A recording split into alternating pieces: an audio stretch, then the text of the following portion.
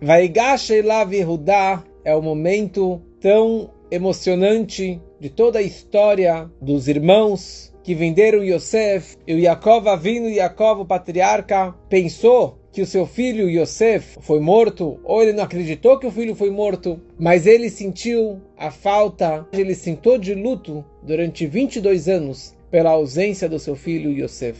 E a história que já foi falada semana retrasada, semana passada, a história como que os irmãos começaram a voltar para o Egito por causa da fome que tinha por toda aquela redondeza, e o Yosef ele era o vice-rei, e finalmente os irmãos se apresentam perante ele. E o Yosef reconhece seus irmãos, os irmãos não reconhecem o Yosef, porque ele saiu de casa com 17 anos, e agora, 22 anos depois, ele já não era criança, já tinha uma barba completa, e naquele posto, naquela posição que ele estava no trono do Egito, como vice-rei do Egito, ninguém imaginava, ninguém esperava que ele estivesse lá em cima. Semana passada, retrasada, a história já foi como que eles vieram uma vez, daí o Yosef segurou o Shimon com ele, daí eles tiveram que voltar para casa sem o irmão o Shimon.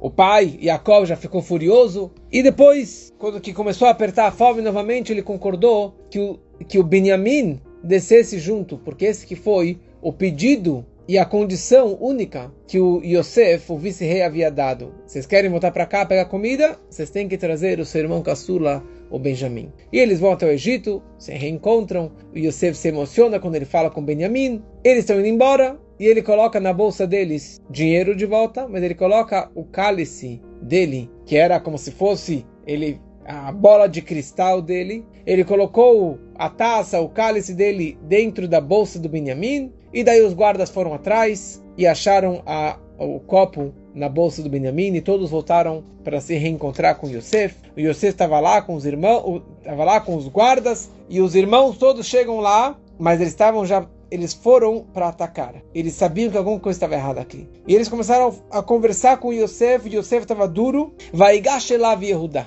E o Yehudá, que foi aquele que tomou a responsabilidade perante o pai, falou: olha, Alai, sobre mim está a responsabilidade total sobre o meu irmão Benjamim, que eu vou trazer ele de volta. Eu prometo que vou trazer ele de volta, senão vou pecar perante o Senhor para sempre. Então Yehudá, que ele acabou virando o rei dos irmãos, que ele era um leão, ele era poderoso, ele se aproxima do Yosef, ele começa a falar palavras calmas no começo, depois ele começa a falar forte, e ele pisa forte no chão, estava disposto a atacar, bateu o pé no chão, o palácio estremeceu, ele deu um berro, o palácio, o Egito inteiro escutou esse berro. Então fala a Torá, Yosef não aguentou mais. Yosef, ele estava assim, se controlando. E até que finalmente ele queria falar: Ani Yosef, eu sou Yosef, o seu irmão. Mas Yosef, ele não estava aguentando. Primeira coisa, ele estava com medo, porque ele viu que aqui tinha 10 homens perante ele, 11 homens na frente dele, ou todos homens musculosos, muito, muito fortes. Ele ficou com medo, porque eles poderiam destruir a cidade inteira num piscar de olhos, porque foi isso que eles fizeram na cidade de Shem, em outras histórias. Então Yosef, ele ficou com medo, mas naquele momento Yosef, ele falou: olha, eu vou revelar para eles quem eu sou, a minha verdadeira identidade. Mas uma coisa que muitos perguntam e questionam, com razão: mas que negócio é esse que Yosef estava fazendo? Será que Yosef estava fazendo isso aqui só para os irmãos sofrerem? Será que Yosef estava fazendo toda essa jogada que os irmãos fossem, voltassem com Benjamim, colocassem o cálice para eles sofrerem, para fazer eles sofrerem mais e mais? Será que esse que era o intuito do Yosef? Aliás, Yosef, já falamos várias vezes que o nome do Yosef é Yosef HaTzadik, Yosef o justo, o único de todos que tem esse apelido de justo, que ele faz tudo pela justiça, da forma totalmente correta, é o Yosef HaTzadik. Então com certeza ele não estava fazendo isso aqui para fazer os irmãos sofrerem, porque daí ele não era nenhum tzadik. Yosef aqui, ele estava tentando, ou ele estava pesquisando, analisando, para ver se os irmãos realmente fizeram tshuva. Se os irmãos estavam realmente arrependidos por aquilo que eles fizeram com ele, para aquilo que eles faziam com ele e, na verdade, com Benjamim. Eles queriam ver se eles realmente amavam o irmão dele, que era o Benjamim, que os dois eram filhos da Raquel, da Rachel. Então ele estava querendo perceber se eles realmente amavam Benjamim. Se eles estavam dispostos a destruir e brigar e guerrear para conseguir levar o Benjamim de volta para casa. E nesse momento ele percebeu que eles realmente estavam dispostos a fazer tudo pelo Benjamim. Então isso eu percebo com isso que eles estão arrependidos pela minha venda. Eles estão dispostos a fazer tudo para me recuperar. Aliás, eles já falaram isso daqui lá para trás. Então Yosef, ele manda uma mensagem para que todos que estavam na sala, que estavam lá no aposento real, saíssem da sua presença. E que só ficassem os irmãos. Que os guardas saíssem, que os garçons, os escravos, todo mundo saísse e só ficassem os irmãos. Por um lado ele arriscou, porque eles poderiam matar ele. Imagina, sem nenhum guarda-costas, sem nenhuma proteção, poderiam matar o Yosef em um segundo. Mas o Yosef, ele falou, bom, se eles vão me matar, ok, mas pelo menos eles não vão matar toda aquela cidade, todo o povo que está lá ao redor. Mas por outro lado, o Yosef, ele pediu para que todos saíssem, porque todos os egípcios que estavam lá ouviram as súplicas que o Yehudá estava falando, se ajoelhando, implorando por Yosef libertar o Benjamim. Falou, eu sou melhor do que o Benjamim, disse Yehudá. Eu sou mais forte do que ele, eu sou um guerreiro melhor do que ele, eu sou mais velho que ele. Deixa ele voltar para casa. E todos implorando, falaram, imagina, o Benjamim já perdeu a mãe no parto. E o pai vai morrer se ele perder mais um filho. E os egípcios começaram a implorar para o Yosef, começaram a falar com ele, os conselheiros do Yosef, os ministros começaram a falar, Yosef, liberta ele, liberta, deixa ele embora. E Yosef falou, chega, vai embora daqui. Todo mundo pode ir embora. E todo mundo foi embora da sala. E ficou só o Yosef com os irmãos. Por outro lado, ele não queria envergonhar os irmãos. Porque imagina, naquele momento ele estaria meio que envergonhando os irmãos, então ele não queria esse encontro emocionante e vergonhoso por outro lado, porque eles que venderam Yosef como escravo, ele não queria envergonhar os irmãos em nenhum momento. Então o Yosef, ele vira para os irmãos, ele fala, olha, me fala uma coisa, vocês me falaram que o Benjamim tinha um irmão por parte de mãe, né? Que seria um tal de José, um tal de Yosef, e vocês falaram para mim que ele morreu, né? Porque foi isso que eles falaram para o Yosef, porque quando eles disseram que tinha um irmão chamado Benjamim, o Yosef pediu que trouxesse o Benjamim. Se eles falassem, olha, o Yosef está vivo ainda, então eles iriam pedir, tragam ele. Então eles mentiram para o Yosef, falaram, o Yosef está morto. Falou, vocês têm certeza que o Yosef está morto? Seu irmão Yosef está morto? Falou, sim, ele está morto. E Yosef falou para eles, mentira que ele está morto. E daí eles congelaram. Por que é mentira? Falou, olha, eu tenho um escravo meu, que se chama Yosef, filho de Yaakov. E daí eles começaram a transpirar. E Yosef, ele começa a gritar, Yosef ben Yaakov, vem aqui. Yosef, filho de Yaakov, venha para cá. E eles começaram a olhar ao redor do saguão, começaram a olhar para cá, para lá, pelas cortinas, e ninguém vinha. Ele começou a gritar, cadê Yosef ben Yaakov, vem aqui, Yosef ben Yaakov. E eles olhando ao redor, e não veio ninguém. E Yosef, ele vira para os irmãos, ele fala, vocês estão olhando para o lugar errado. Sou eu, podem olhar para mim. Eu sou Yosef ben Yaakov. Eu sou Yosef, o teu irmão. Ani Yosef achichem asher mechartem oti heina. Eu sou Yosef, o teu irmão, que vocês me venderam para cá. E daí ele caiu em prantos, começou a chorar, e os irmãos começaram a chorar juntos, e todos começaram a chorar. Foi uma emoção máxima, e todo mundo ouviu esses berros, esses prantos, esses choros. E o faraó chegou até o palácio do faraó, esses choros. E Yosef, ele vira para os irmãos, ele fala, Ani Yosef, ha'od Davi chai. Eu sou Yosef, ha'od Davi chai. Será que meu pai ainda está vivo? E os irmãos não conseguiram responder essa pergunta. Eles ficaram morrendo de vergonha. Eles queriam se enterrar no chão. Eles até desmaiaram e quase que morreram, e Deus ressuscitou eles, porque foi de tanta emoção, de medo, de vergonha desse reencontro, depois de 22 anos, que eles morreram de vergonha. Então, uma lição para a nossa vida é que muitas vezes nós precisamos pensar com que cara eu vou me apresentar perante o tribunal celestial. Com que coragem eu vou me apresentar na hora que Deus virá para mim e falar, você foi uma boa pessoa? Você foi um bom judeu? Você frequentou a sinagoga? Você colocava o tefilim?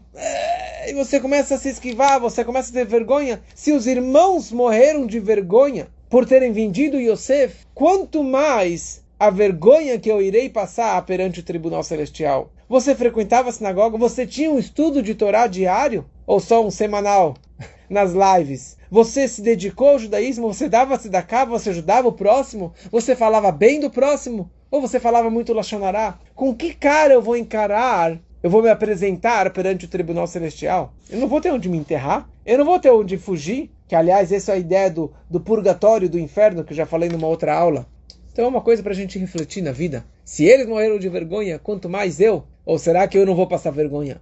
E Yosef, ele vira para os irmãos e ele fala, Shuna Elai, se aproximem de mim. E eles se aproximaram de Yosef, e ele falou em voz baixa, falou, Ani Yosef, eu sou Yosef que vocês me venderam aqui. Eles ainda estavam com medo, eles estavam assustados, porque eles estavam assim, envergonhados, e eles não tinham coragem de se aproximar e ver no rosto do Yosef. E eles não estavam meio em dúvida se ele realmente era o Yosef. E Yosef abaixa as calças e mostra para eles que ele tem um Brit Milá. Ou talvez não foi ao pé da letra que ele mostrou realmente que ele tinha um Brit Milá, mas ele descreveu que ele tinha um Brit Milá. E ele descreveu como prova que eu tenho um Brit Milá, é que todos os egípcios têm um Brit Milá. Porque foi o que Yosef ele fez quando eles vieram pedir comida no começo da fome. E Yosef falou, você quer receber comida? Tem que fazer o Brit Milá. Tem que fazer a circuncisão. E eles não quiseram, foram falar com o faraó, e o faraó falou, olha, desculpa, mas ele que tem a chave do cofre, é ele que manda na comida, vocês têm que obedecer aquilo que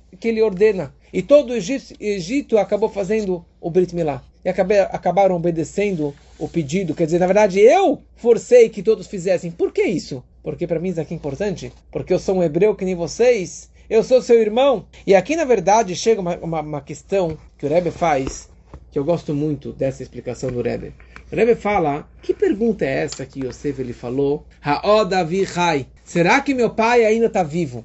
Tipo, vocês não estão conversando há algumas semanas sobre todo o seu reencontro e sobre o reencontro com o pai? E você sabe que seu pai está velho, mas não tão velho. Ele tem lá seus 130 anos. Tem muitos anos pela frente ainda. Ele viveu mais décadas pela frente. Os patriarcas viveram até os 175, 180 anos. O que você está preocupado com seu pai? Na prática, ele viveu mais 17 anos, 147 anos. Então, qual a sua pergunta? Ha'odavi Chai, será que meu pai ainda está vivo? Que questão é essa? A primeira pergunta que você faz é essa?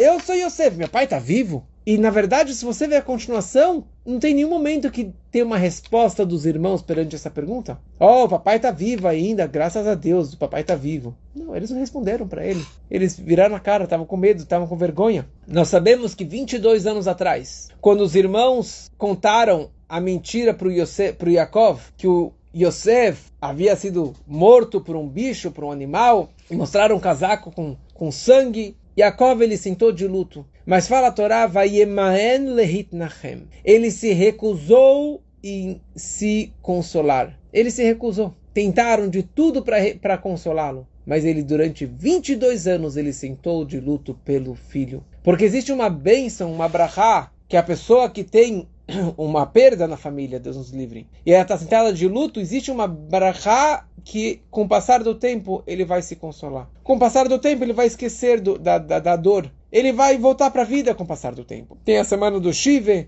tem os 30 dias até o Shloshim, tem os 11 meses do Kadish, tem um ano de luto, e daí tem uma brachá para que devagarinho ele vai se esquecendo, sendo que o filho dele estava vivo. Ele se recusou em se consolar, porque não tinha como consolá-lo, porque o filho estava vivo. E ele sentou de luto, Yamim Rabim, muitos dias. 22 anos Yaakov Avinu sentou de luto pelo filho. E esse que foi o grande espanto do Yosef. Yosef vira para os irmãos e fala, olha, eu sou Yosef. Ha'odavi Chai? É possível que meu pai está vivo ainda? Será que meu pai ainda está vivo?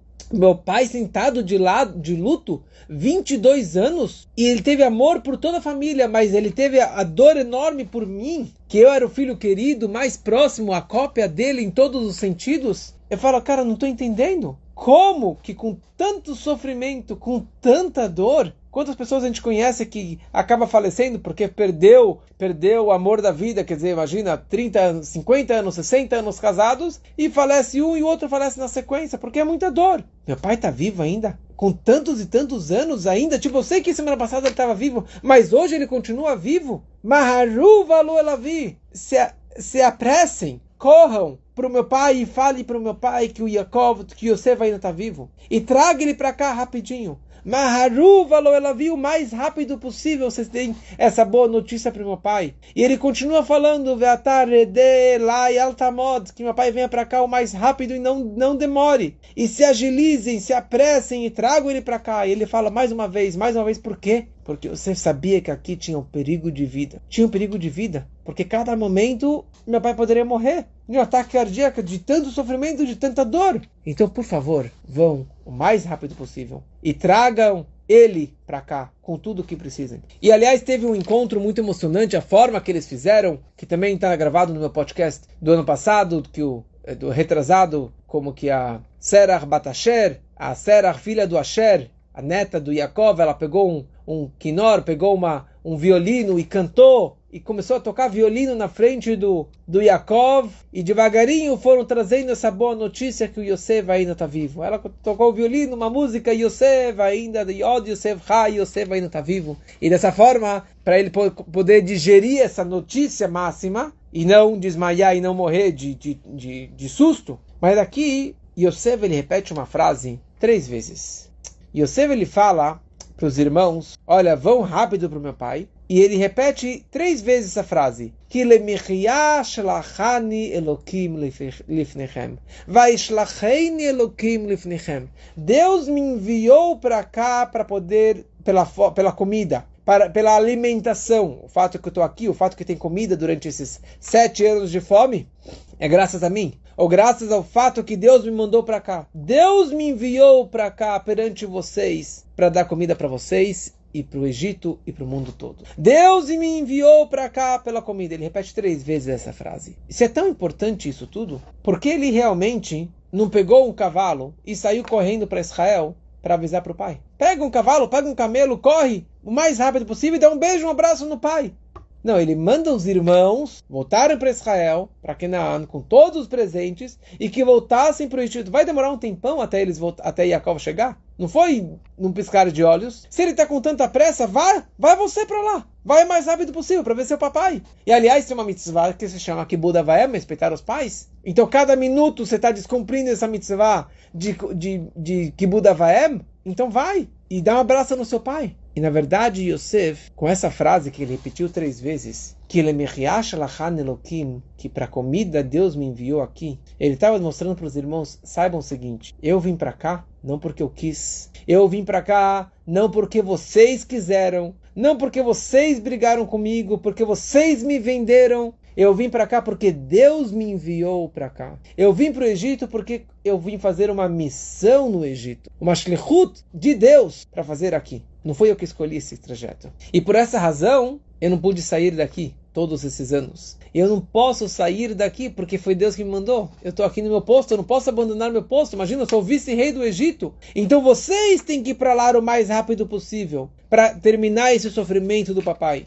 E aliás, essa ideia, eu adoro essa explicação, que esclarece muita coisa. Esse conceito, Shlachan Elokim, Deus me enviou para cá, esclarece a questão que Yosef estava falando para os irmãos que estavam com medo dele, que eles estavam com vergonha dele. E Yosef ele falou, saibam que eu não tenho nenhum pingo, nenhuma gota de raiva, de fúria, de rancor, de insatisfação com vocês. Nada. Sabe por quê? Porque não foram vocês que me mandaram para cá. Foi Deus que me mandou para cá. E sendo que foi Hashem que me mandou, vocês foram simples marionetes, bonequinhos, que fizeram algo que já havia um trajeto divino. Algo que eu repito muitas vezes. A vida dos patriarcas tinha um plano já pré-moldado. Já tinha um plano que Deus planejou para que acontecesse. Eles tinham o seu livre-arbítrio, mas não tanto quanto o nosso. Nosso livre-arbítrio é muito mais consciente. Os patriarcas mesmo que eles estavam seguindo um trajeto. Yaakov, na verdade, Avraham Avinu, já contamos essa história, Avraham Avinu ele fez o Brit Ben Abetarim, o pacto entre as partes. Foi um pacto que ele fez com Deus, ele pegou alguns animais e uns pássaros, ele teve que partir, cortar eles pela metade e passar pelo meio, e assim que era uma forma de fazer um pacto com Deus. Qual foi esse pacto? Esse pacto foi que Deus prometeu para ele que seus descendentes serão escravos numa terra estranha durante 400 anos. Mas depois disso eles vão sair de lá e vão sair de lá com muito dinheiro, com muita fortuna. Avraham fez esse pacto, ele informou isso aqui para o Yitzhak, que informou para o Yaakov, que informou para todos os filhos. E todos sabiam que em algum momento na história dos patriarcas ou das tribos iria iniciar esse trajeto para uma terra distante e de virarem escravos e saírem de lá. No momento que Yaakov, ele virou para o Yosef, 22 anos antes, e enviou Yosef para procurar os irmãos que estavam na cidade de Shem, e foi quando eles pegaram o Yosef, colocaram no buraco e queriam matar ele e venderam ele como escravo. A Torá descreve que o Yaakov mandou Yosef Me'emek Hebron, das profundezas de Hebron. O que é das profundezas de Hebron? Isso significa que nesse momento que Yaakov ele mandou Yosef, começou o plano daquela pessoa que estava enterrada em Hebron, que era o patriarca Yaakov. Começou o plano do Brit Ben Abetarim, do decreto celestial divino, que os descendentes fossem para uma outra terra. E olha só que louco. Yaakov enviou Yosef. O Yosef ele sabia do perigo que ele estava correndo a se encontrar com seus irmãos que morriam de raiva, de inveja dele. Ele sabia do perigo, só que meu pai me mandou. E na verdade, mais do que meu pai me mandou, e eu estou cumprindo um Kibud Avayem, uma missão do meu pai, de respeitar o meu pai, ele sabia que nesse momento ele estaria iniciando esse plano divino do Brit Ben Abetarim, desse trajeto. E foi o que aconteceu. Ele foi vendido para o Egito, foi para a prisão, virou vice-rei. E agora o que está acontecendo? Yaakov está descendo para o Egito, na sequência, com todas as 70 descendentes da sua família, ficam no Egito. Quando Yosef falece, Yaakov falece, todos os irmãos faleceram. No momento que o último dos 12 irmãos faleceu, começou a escravidão no Egito. E ficamos lá 210 anos como escravos, 210 anos no Egito, e com isso saímos do Egito com muito dinheiro, recebemos a Torá da Monte Sinai e depois fomos para a Terra Santa. Para Yosef isso estava extremamente claro, essa mensagem. Extremamente claro. O fato é que na semana seguinte, quando Yaakov ele falece, e os irmãos ficaram desesperados. E os irmãos eles viram para o Yosef, eles inventam uma mentira, porque eles estavam com medo, que agora sim o Yosef vai se vingar da gente. Agora sim que o velho morreu, ele vai aproveitar e se vingar tudo que ele não fez esses anos. E eles vieram mentindo para o Yosef, falaram, olha, o papai falou antes que ele faleceu, que você não se vingasse, que você continuasse sustentando a gente, etc, etc, etc. E o Yosef, ele começa a chorar. Ele falou, vocês ainda não entenderam? You missed the point? Vocês não entenderam ainda o que eu falei para vocês tantas vezes? Vaishlachein Elokim! Foi Deus que me mandou para cá. Não foram vocês que mandaram para cá. Não foram vocês que me venderam. Não foram vocês. Não tenho nada a falar com vocês. Não devo nada para vocês. Não tenho raiva nenhuma. Porque não foram vocês que mandaram para cá. Então vocês estão mentindo que o meu pai falou isso. Porque meu pai sabia que isso fazia parte do projeto. Por essa razão também que o Yaakov recusou em se consolar todos aqueles anos. Porque o Yaakov ele sabia que tinha um projeto aqui. Tinha um plano divino. Aliás, o Yaakov ele sempre lembrava dos sonhos que o Yosef ele teve quando jovem, quando criança, das estrelas e dos feixes de trigo se curvando perante o Yosef, porque ele guardou isso no arquivo. Ele guardou na cabeça dele e falou, algum dia vai chegar que Yosef realmente vai ser um rei e que todos vão se curvar perante ele. E agora realmente está se concretizando. Então por essa razão, eu não posso ir para Israel. Eu não posso reencontrar com meu pai, porque eu estou aqui numa missão divina. Eu estou fazendo o que Deus quer de mim. Então, por favor, vão o mais rápido possível e tragam meu pai para cá. Só mais um detalhe. Tinha esse plano divino. E no momento que acabou esse plano divino, ou que começou esse plano, Yosef ele poderia se revelar perante os irmãos. O que significa isso? Nós sabemos que o Yaakov, quando ele fugiu do irmão, Esav, ele foi para Haran, e ele ficou lá 20 anos e depois mais 2 anos na estrada. Yaakov deixou de encontrar com seu pai, Yitzhak e Arivka, durante 22 anos. Ele deixou de respeitar os pais durante 22 anos. E isso foi por conta própria. Ele poderia visitar os pais, mas ele optou em fazer isso. Tem as suas razões, mas na prática ele deixou de cumprir a mitzvah de Kibud Avayem. Então foi decretado sobre o Yaakov que elas por elas, na mesma moeda, ele iria sofrer por 22 anos a ausência de um filho, que não iria cumprir a mitzvah de respeitar os pais. Então 22 anos se passaram que Yaakov sofreu pela ausência do filho. E isso todo mundo sabia. E agora, no momento que concretizou, que completou esse 22º ano, terminou o luto, terminou o sofrimento. E é uma hora de eu me reencontrar com meu pai. Meu pai pagou pelo pecado, sofreu o castigo dele. E nesse momento, acabou o sofrimento. Nem mais um segundo de sofrimento. Corram para casa e deem essa alegria para o meu pai, para que ele pare de sofrer.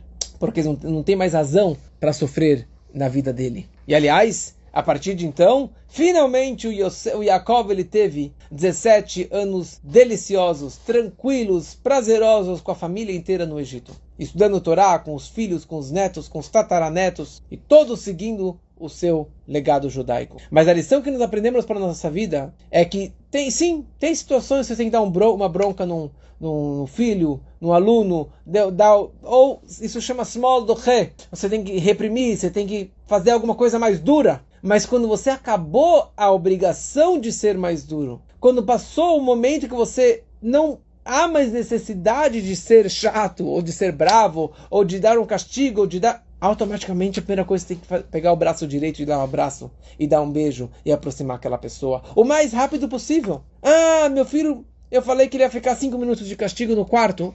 Ah, passou 6 minutos. Deixa ele ficar um pouquinho mais para ele sofrer mais. Não. Você já cumpriu mais do que a obrigação de castigo. Você já deu a punição. Você já tirou a bala dele. Não precisa tirar 2. Caprichar no castigo. Caprichar no sofrimento. Tem um momento de mão esquerda, mas quando passou esse momento, vá com a mão direita o mais rápido possível. Aproxime aquela pessoa o mais rápido possível, com amor e com carinho, porque a mão direita que aproxima as pessoas, e principalmente os nossos filhos queridos.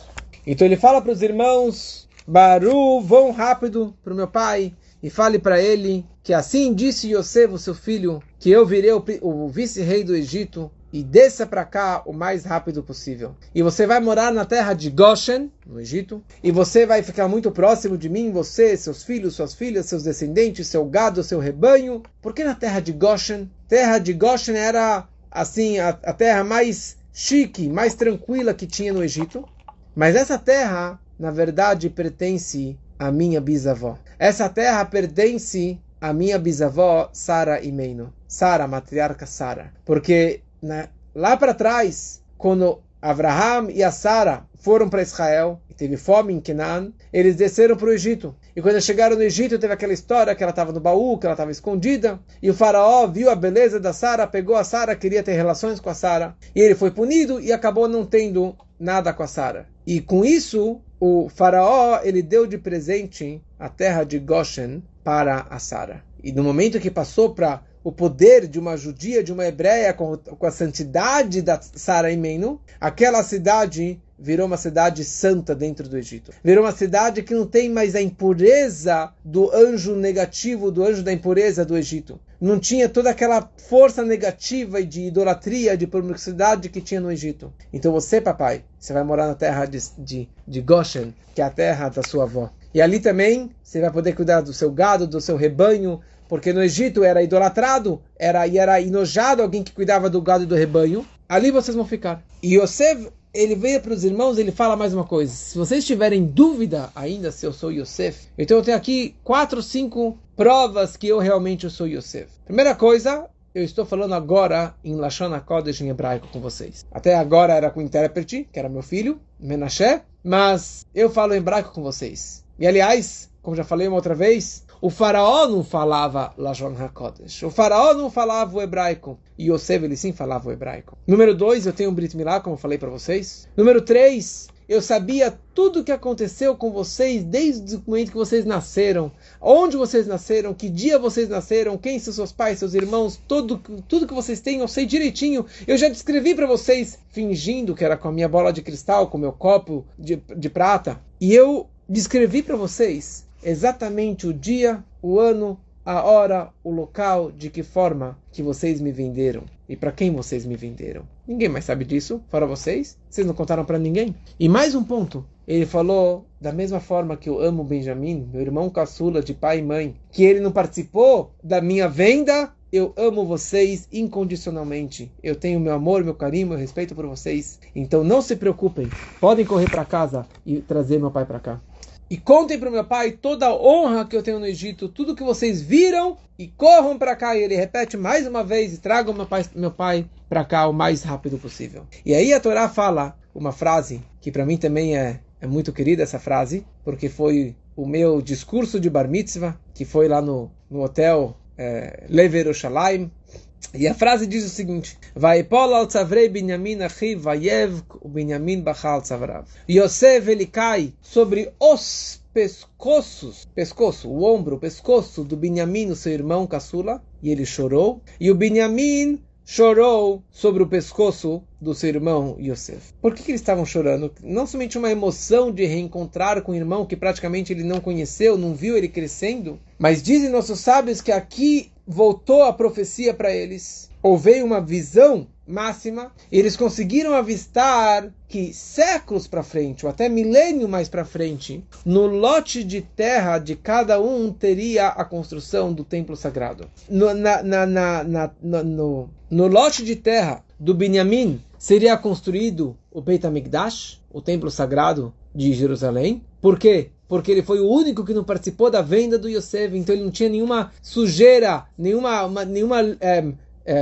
ficha suja, a ficha dele está totalmente limpa, ele não fez nada de errado, então por isso que ele mereceu que o Beit HaMikdash, o primeiro templo de Jerusalém, o segundo templo, fosse construído no seu lote. Então Yosef, ele avistou que daqui 1.500 anos o templo seria destruído, o primeiro templo, o templo seria destruído. Então eu estou chorando no teu pescoço direito, no seu pescoço do lado esquerdo, pela desgraça futura que vai acontecer com seus descendentes. E por outro lado, Binyamin chorou no pescoço de Yosef, que ele viu que quando o povo entrasse em Israel, eles iriam acampar num lugar que se chamava Shiló, e ali ia ficar um templo, construído o templo, na época do rei Saul, e aí o templo seria destruído, e o povo seria morto, com as guerras que os judeus tiveram com os filisteus, na época do rei Saul. Então Benjamim estava chorando pela futura desgraça que iria acontecer no templo de Shiló, no lote de terra do Yosef. Primeira coisa, porque o pescoço representa o templo? Porque o Beit HaMikdash é o lugar mais alto de Israel. Na verdade, existe uma montanha mais alta, que seria como a cabeça, e um pouquinho abaixo, acho que são 22 amot, 22 cúbitos abaixo, é como se fosse o pescoço do corpo. E aqui, na verdade, existe duas situações. Tem um pescoço estendido, que é um momento de alegria, um momento de orgulho, e você tem um pescoço caído, que é um momento de dor e de aflição. E aqui eles estavam chorando pela quebra do Beit HaMikdash, demonstrando que nessa alegria máxima do reencontro dos irmãos, saiba que você não pode ficar só com alegria, tem que ter uma quebra, tem que ter algum momento para quebrar essa alegria, lembrar da destruição. E por essa razão, numa rupá, num casamento, no final da cerimônia, quebra o copo. E daí que canta o Siman Tov Mazel Tov. Mas a gente quebra o copo para lembrar a desgraça, para lembrar a dificuldade, para lembrar o momento de aperto, que mesmo nas maiores alegrias, saiba que também tem aperto. Ou na hora do aperto, saiba que você também tem que passar por isso, que vai vir uma alegria depois. Mas a grande pergunta é, por que um chorou pelo outro? Por que o Binyamin estava chorando pela dor, pelo sofrimento do Yosef, e Yosef chorando pelo sofrimento do Binyamin? Cada um chore pela sua desgraça, que cada um chore pela sua dor, pela sua dificuldade. Por que um chorou pela dor do outro? Então explicam nossos sábios, o Rebbe traz uma explicação muito bonita, que aliás, de novo, esse foi o discurso que eu falei uns anos atrás no meu Bar Mitzvah em Jerusalém, falando sobre Jerusalém, o templo de Jerusalém, meu Bar Mitzvah foi lá no Kotel. Qual a ideia do choro? Por que alguém chora? Nós temos aqui alguns psicólogos. Por que alguém chora? No momento que a pessoa ela chora, ela está desabafando, ela está tirando a dor para fora, ela está tirando o seu sofrimento para fora. E na hora que ela chora, ela está diminuindo o seu sofrimento, ela está diminuindo a sua dor, correto? Isso que é a ideia da dor, isso que é a ideia do choro, de você jogar para fora. Mas na hora que você tem um problema, não adianta você ficar chorando. Eu estava há pouco agora falando com um filho que não passou numa prova, tem que ficar de recuperação. Ele estava chorando. Eu falei, desculpa, não adianta chorar. Eu sei que dói, mas você tem que simplesmente pegar o caderno e estudar para a prova. Você vai passar na prova. Você tem um problema? Você tem que carregar essa manga. Não adianta você se rebelar, você chorar e gritar e brigar. Você tem um problema, você tem um tsures, você tem que ir consertar. Você tem que fazer o que você pode fazer. O possível e o impossível. Como o Talmud escreve, que mesmo depois do veredito,